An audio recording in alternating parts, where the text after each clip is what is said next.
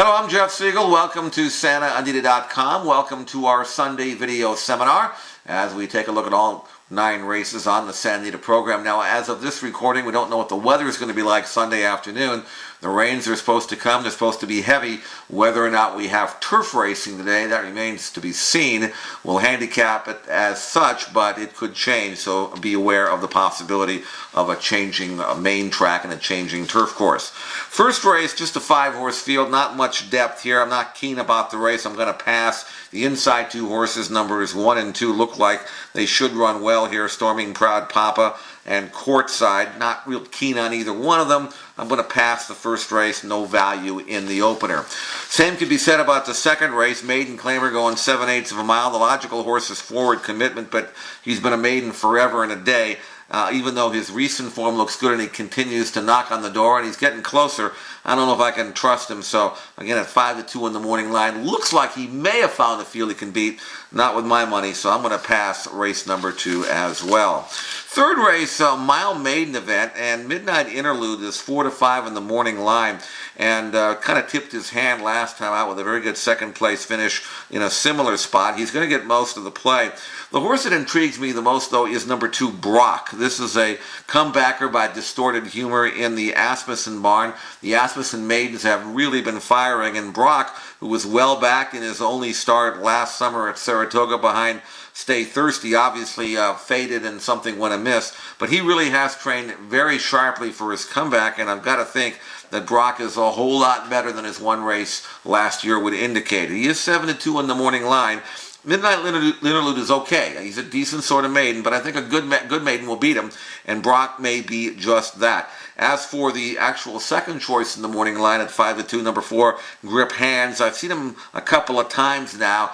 He's been disappointing. He works fast. He works like a good colt, but I'm not really sure if he's all that genuine. So let's try to beat Midnight Interlude and Grip Hands with number 2, Brock, going with the hot barn, the hot jockey, the good recent works, and the decent morning line at 7-2 in a 5-horse field. That's number 2, Brock, our top selection in today's third race. Fourth race is the San Luis Rey. Hopefully this race is going to be run on the turf if the rains stall enough for them to run this race on the grass. The 2 main contenders, as I see it, number 1, Hamish High, and number 8 is Dahoud. So 1-8 if you're playing an exact box.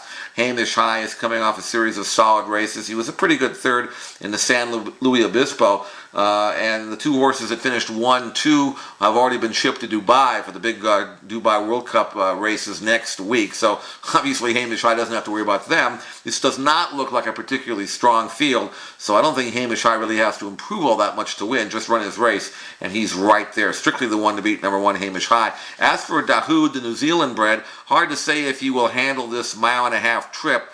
He's unproven clearly at a marathon distance. His form at a mile has been good, and if you can transfer that kind of form at this marathon distance, then maybe Dahoud's got a chance as well. So let's use them both, numbers 1 and 8, Hamish High and Dahoud. Use them both in an exacta box and both in all of your rolling exotics. Fifth race is a 6.5 furlong allowance sprint. 3 main contenders here.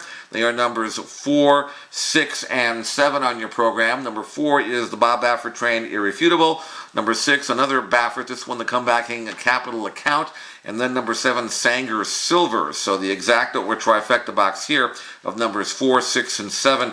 Irrefutable is back sprinting. He's clearly a better around 1 turn. Had no excuse in his 2-turn race. Bob giving up on trying to stretch that 5-year-old out, and he'll back him up and trip. And if he runs back to his race before last, a game maiden win with a 97 Beyer number, Irrefutable has a big look. His stablemate Capital Account, undefeated in 2 starts last year, very impressive in both with huge numbers. We know he can run well fresh. Earned a 104 Beyer in his racing debut, and he looks like he's trained like he's fit and ready.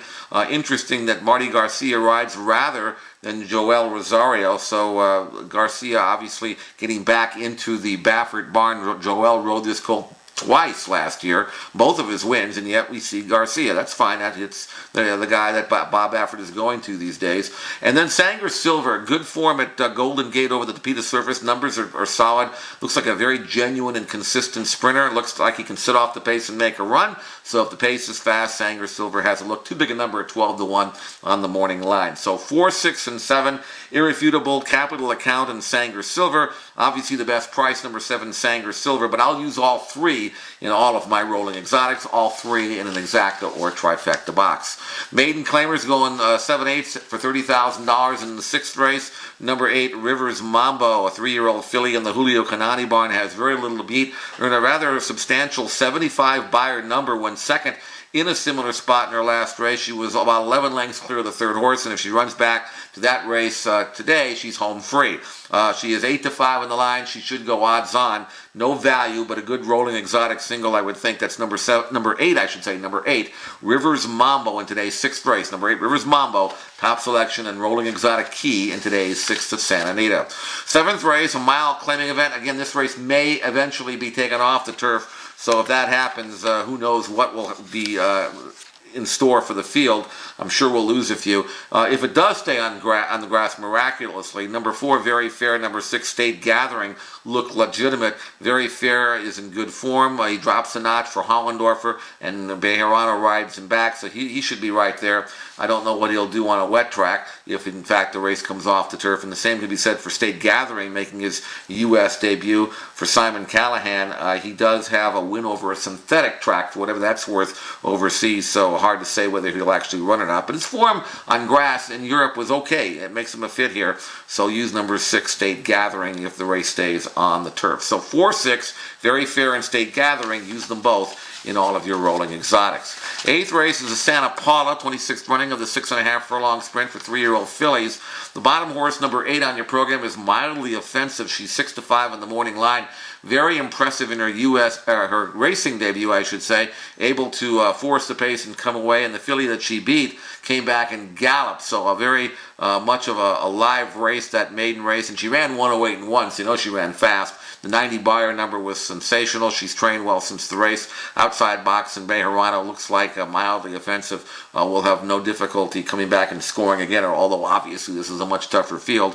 But maybe not, because that filly that she beat, Home Sweet Aspen, is a very good filly. Probably could fit with these as well. So mildly offensive, our top selection. Again, no value at 6-5. Will make her a rolling exotic single. The 9th and final wraps it up, and this is a rather modest maiden claimer, $20,000, 7 furlong event. This is the bottom rung maiden claimers here. And the 2 horses I will recommend using, number 4, Bay Rush. Also number 6, Matamore, so you can play an exacta box here of 4 and 6 and use them both in all of your rolling exotics. Bay Rush putting blinkers on for the first time, also dropping from the maiden 50 down to maiden 20 for Paddy Gallagher. He's seen much better horses. Hard to say how much ability he really has, but he won't have to be a world beater to act at this level. I would assume that he will improve dramatically with a drop in class, so use number 4, Bay Rush. Also number 6, Matamore with Rosario. Pretty good third last time on at the level. Now he's a route to sprint play, backing up, should be a fit horse. 7/8 could be a good distance for him, so use number 6, Matamore. So 4, 6, Bay Rush and Matamore. Use them both in an exacta box, and use them both in all of your rolling exotics. And that wraps it up for today. This is Jeff Siegel for SantaAnita.com. Stay dry and best of luck at the races.